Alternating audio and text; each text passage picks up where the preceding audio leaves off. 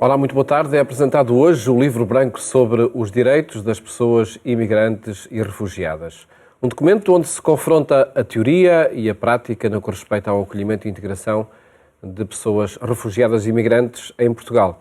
A iniciativa é do Serviço de Justiça aos Refugiados, onde é a jurista Leonor Félix da Costa, que está hoje connosco e que cumprimento. Muito boa tarde. Boa tarde. Obrigado por estar no programa Eclésia, neste Dia Internacional das Migrações, onde de facto todas as iniciativas são poucas para os direitos, para chamar a atenção dos direitos migrantes. E antes de irmos ao livro branco, àquilo que aqui é descrito como obstáculos e como recomendações, pedia que partilhasse connosco o que é que esta causa das migrações, até que ponto lhe é próxima, em que projetos se foi envolvendo para proteger os direitos dos migrantes e promover o acolhimento e a integração. Eu comecei-me a envolver na área em 2021 com a PAR, que é a Plataforma de Apoio aos Refugiados, e eles criaram 2 campos de acolhimento de refugiados afegãos e eu fui voluntária num deles.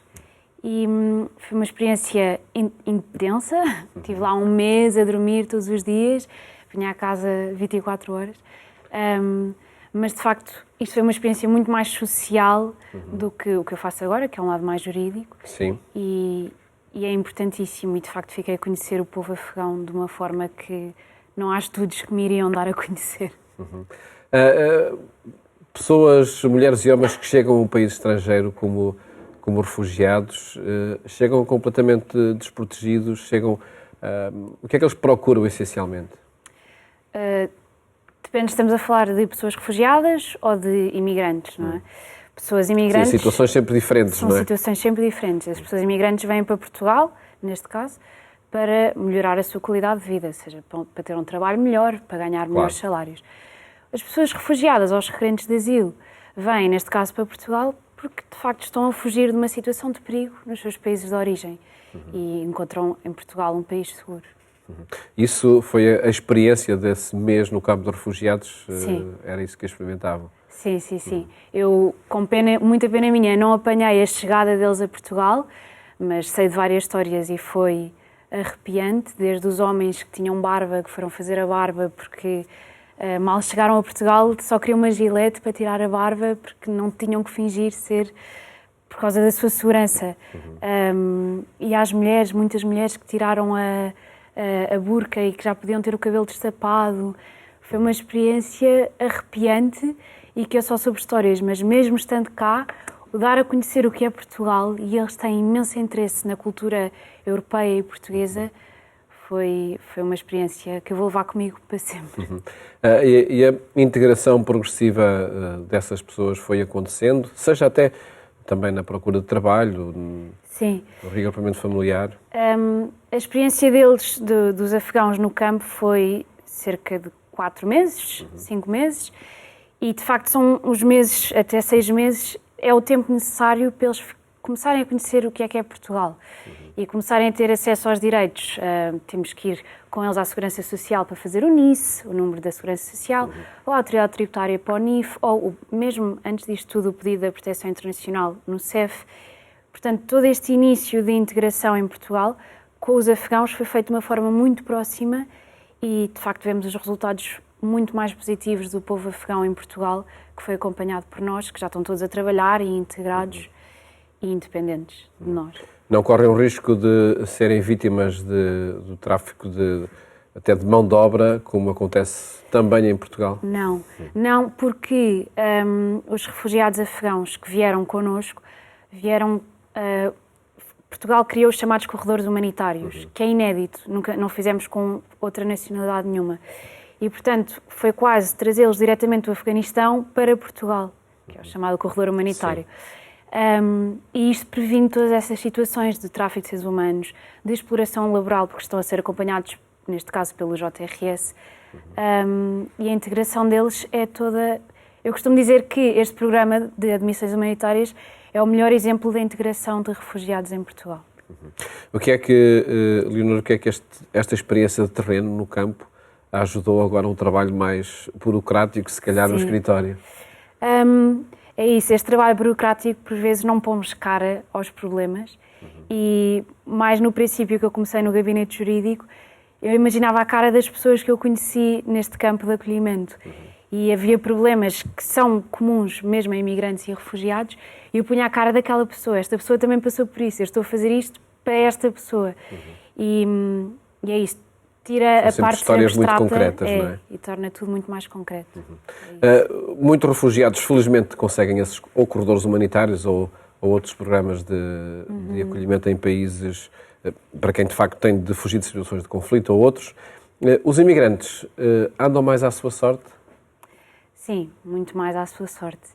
Os imigrantes, por norma, escolhem o país que querem ir, mas muitos também não conhecem o JRS, ou como o JRS pensam que é mais para refugiados, então também não recorrem tanto a nós. Ou, por exemplo, os brasileiros vão mais à Casa do Brasil, por exemplo, mas são muito mais deixados à sua sorte, porque também pensam que não precisam de um acompanhamento tão próximo como com os refugiados. E às vezes precisam, porque as soluções aos problemas deles são simples, mas têm que saber navegar na área, que eles muitas vezes não sabem, que é normal.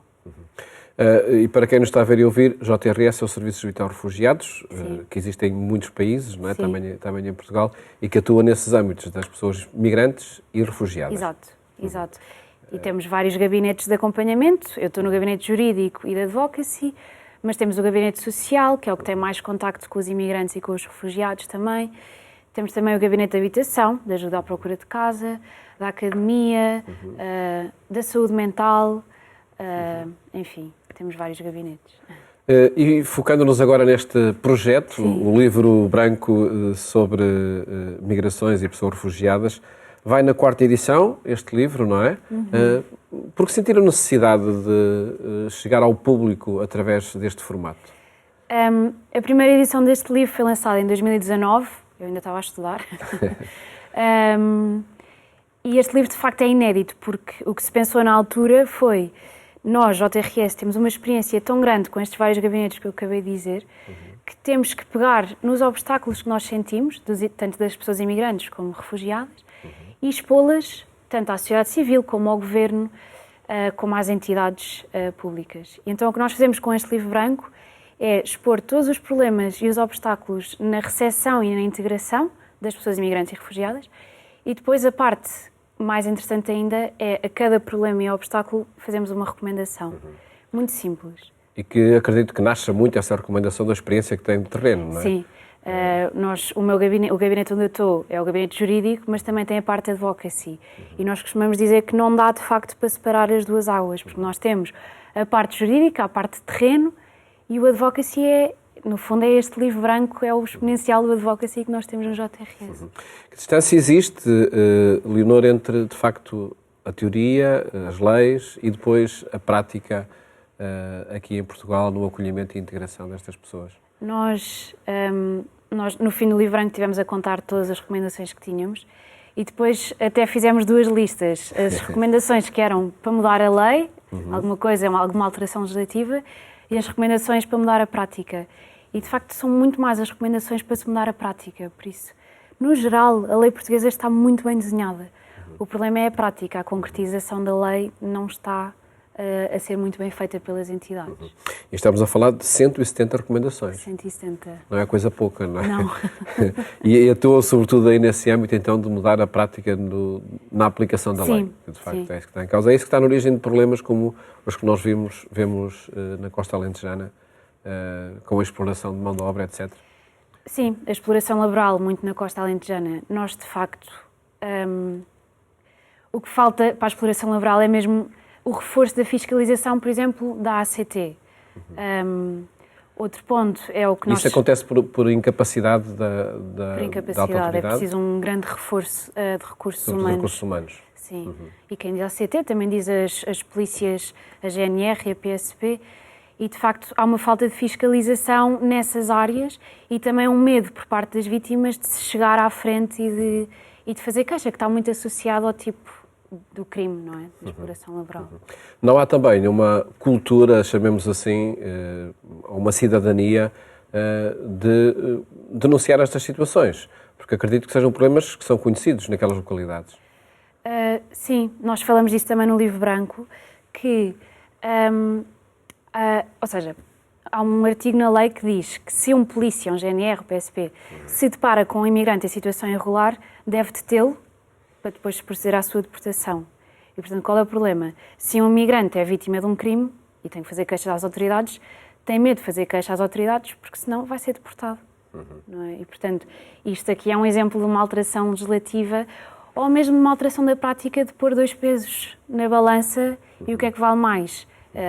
É seguir o criminoso ou deportar uma pessoa que não está cá irregular, mas isso não é um crime, é uma contraordenação. Ainda antes de irmos aqui detalhar alguns obstáculos e recomendações, vi na apresentação deste livro branco que seguem aqui também o carisma enaciano. Esta é uma organização dos jesuítas, não é? Sim. De que forma é que existe essa inspiração do carisma enaciano, da forma dos jesuítas olharem para a realidade neste vosso trabalho? Eu acho que isto vem tudo do início da criação do JRS em si. O JRS começou com um padre que estava no Japão e que começou a assistir à chegada de vietnamitas nos barcos, fugidos da guerra. E foi assim que começou o JRS. Pediu autorização ao Papa para começar esta organização. E depois, a partir daí, o JRS foi crescendo e foi se espalhando no mundo inteiro. Então, esta advocacy nesse ano que nós fazemos é partir da nossa prática e fazer recomendações. Vamos então a alguns obstáculos que são apontados aqui neste livro branco. Vejo que estão divididos em 10 capítulos, não é? Os obstáculos, e começando o primeiro com, por exemplo, a emissão de vistos. Sim. Nós dividimos o livro branco desde o ponto de chegada a Portugal até à sua integração. Mas os 3 primeiros capítulos são análises críticas às alterações que assistimos nestes últimos anos. Portanto, o primeiro capítulo é muito uma análise crítica às alterações à lei de estrangeiros e à lei do asilo. E, de facto, uma das alterações à lei de estrangeiros foi o visto para procura de trabalho. Acrescentou-se o visto para procura de trabalho, que o ano passado congratulámos. Faz todo o sentido que existe este visto em Portugal.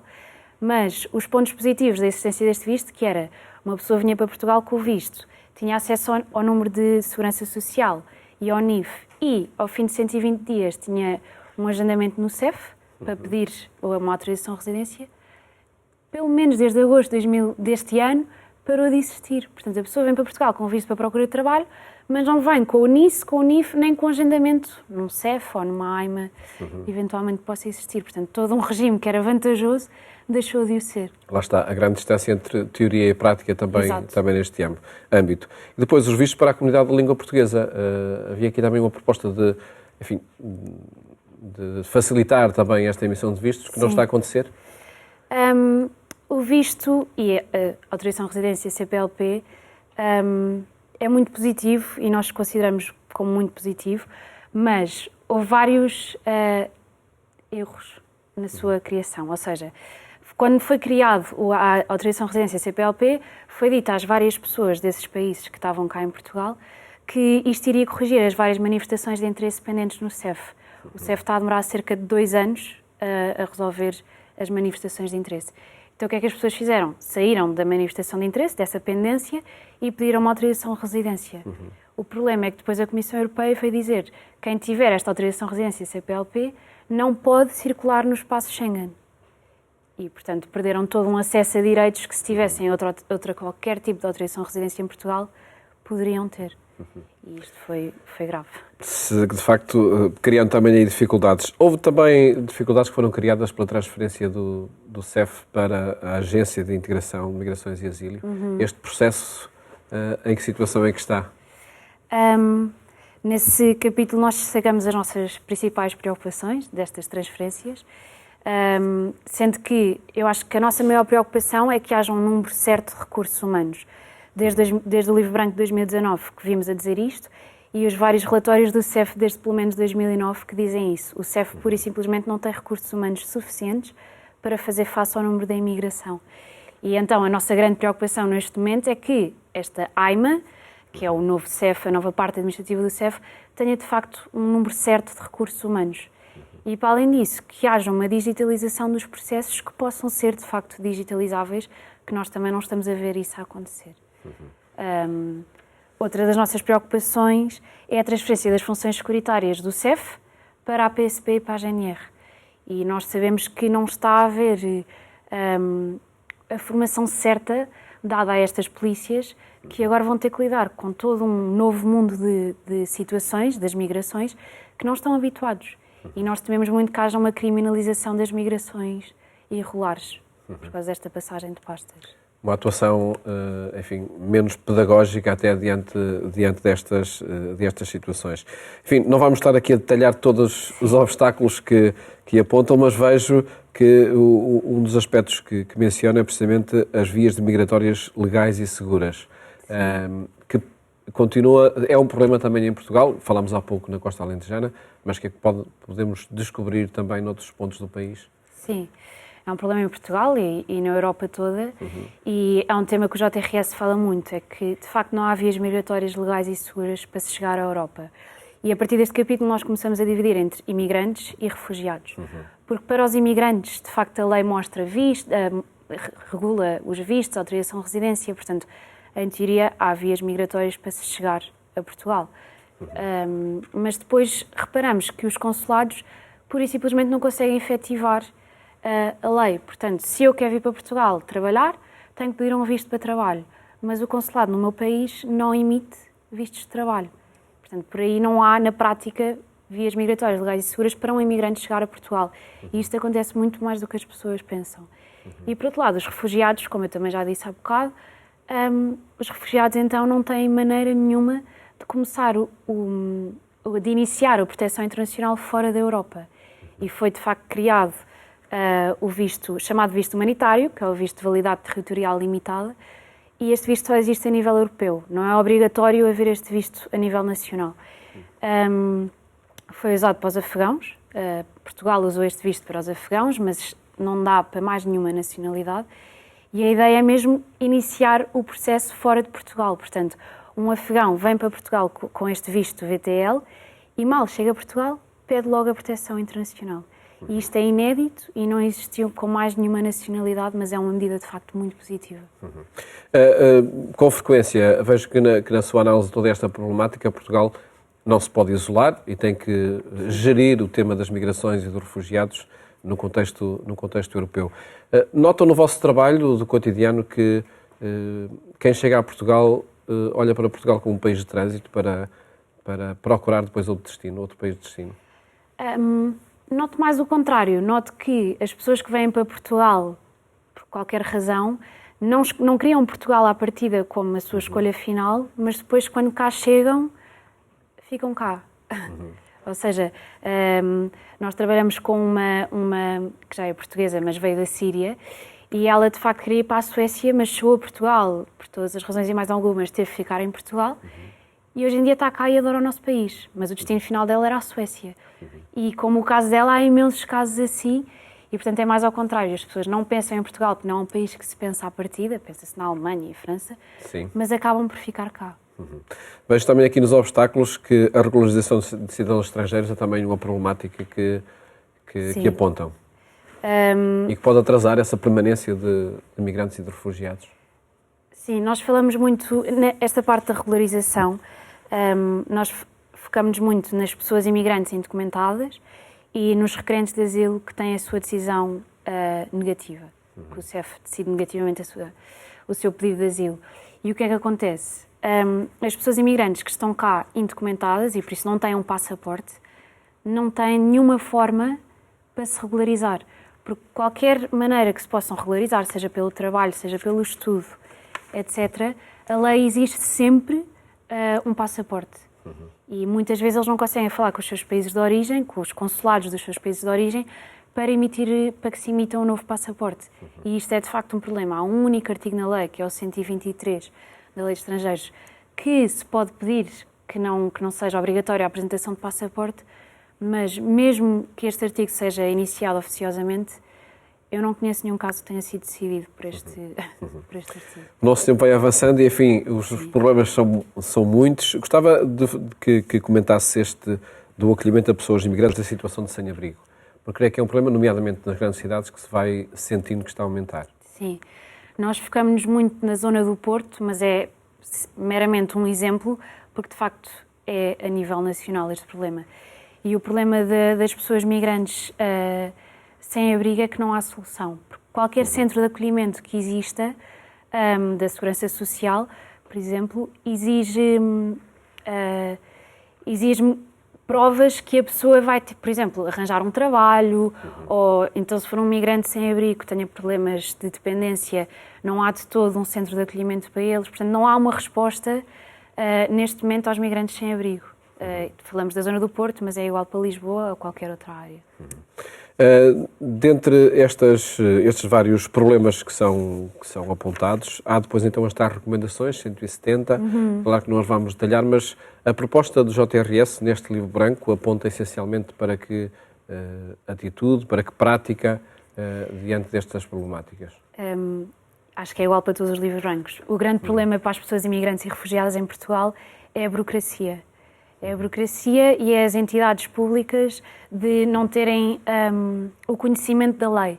Portanto, quando a lei muda, somos nós que temos de dizer, olha, está aqui a lei mudou, já não está a fazer bem, a sua prática já não está certa. E, portanto, é mesmo dar a volta à burocracia que existe toda na integração das pessoas imigrantes e refugiadas. Para a salvaguarda dos direitos das pessoas migrantes e refugiadas é, sem dúvida nenhuma, preciso a ação, também esta ação burocrática para que os seus direitos sejam salvaguardados. Sentem que os vossos escritórios são cada vez mais solicitados para isso? Sim, definitivamente. De facto, uma causa que é de toda a sociedade, mas que é preciso olhar para ela também com esta competência de que o livro branco mostra. Uma última questão, Leonor. Este livro branco é apresentado esta tarde e depois?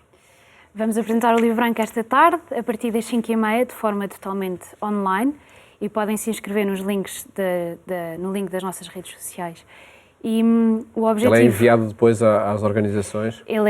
Nós vamos ter o livro branco online, mas permanentemente, mas também vamos ter algumas impressões e é uma questão das pessoas nos pedirem e nós tentarmos enviar para as organizações.